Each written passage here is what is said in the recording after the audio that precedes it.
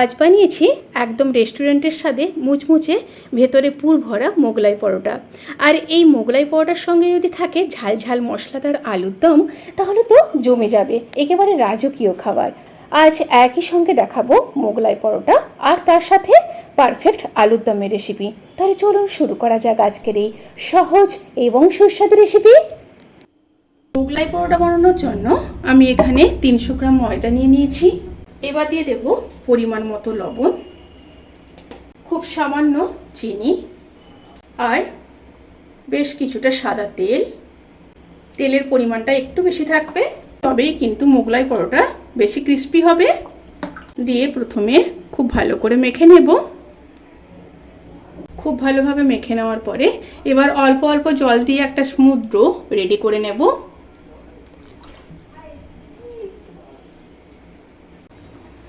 Do পুরোপুরিভাবে ready.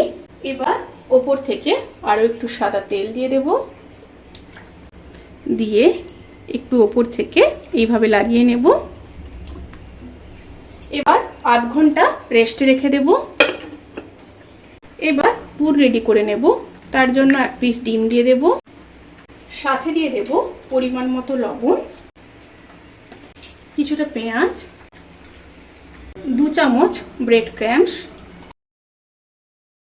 খুব সামান্য গরম মশলার গুঁড়ো, সামান্য ধনেপাতা, আর দিয়ে দেব এক পিস কুচিয়ে রাখা লঙ্কা। এবার খুব ভালোভাবে মিশিয়ে নেব। খুব ভালোভাবে মিশিয়ে নিয়েছি।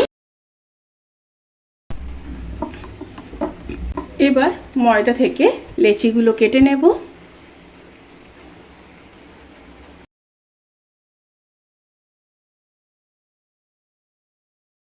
লেচিগুলো কাটা হয়ে গেছে। এবার পরের স্টেপে যাওয়া যাক।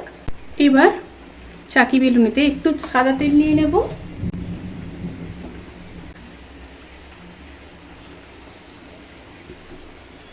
নিয়ে একদম পাতলা করে বেলে নেব।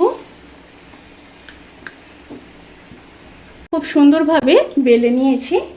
এবার ভেতরের পুরটা দিয়ে দেব।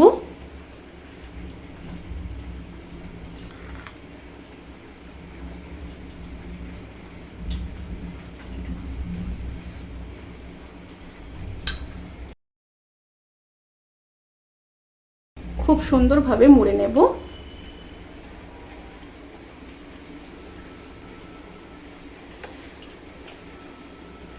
এইভাবে আপনারা চাইলে আরো বড় করে করতে পারেন।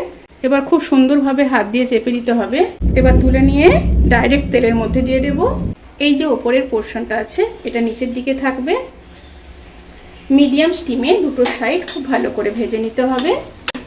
আর ওপর থেকে এইভাবে একটু গরম তেল ছিটিয়ে দিতে হবে। পরোটা যখন বানাবেন তার আগে থেকে কিন্তু তেলটাকে গরম করে নেবেন, তাহলে ভাজতে সুবিধে হবে। পরোটা কিন্তু একদম মিডিয়াম স্টিমে আস্তে আস্তে করে ভেজে নিতে হবে। দুটো সাইড খুব ভালো করে ভাজা হয়ে গেছে। এবার তুলে নেব। এইভাবে সমস্ত মোগলাই পরোটাগুলো রেডি করে নেব। মোগলাই পরোটার সাথে যে আলুর দমটা বানানো হয় সেটা তো ভীষণই সহজ। তার জন্য দিয়ে দেব প্রথমে সর্ষের তেল, এক পিস শুকনো লঙ্কা, থেতো করে রাখা গোটা গরম মশলা দিয়ে একটু নেড়ে নেব।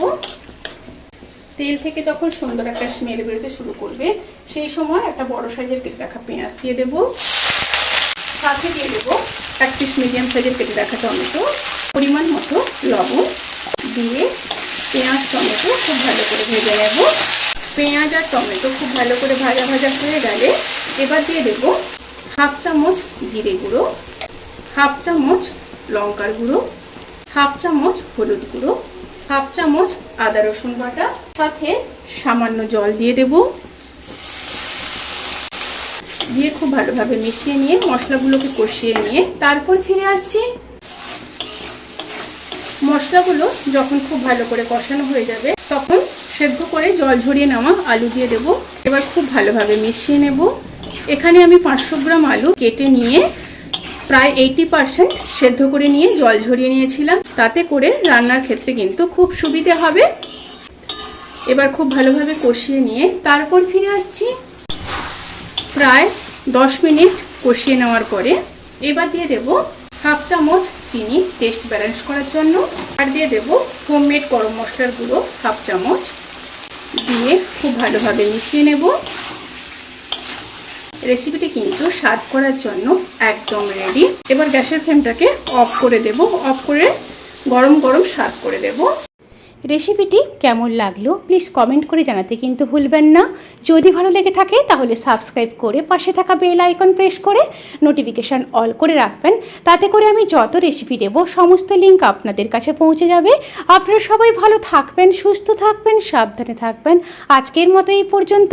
পরের রেসিপির জন্য অপেক্ষা করুন। টাটা।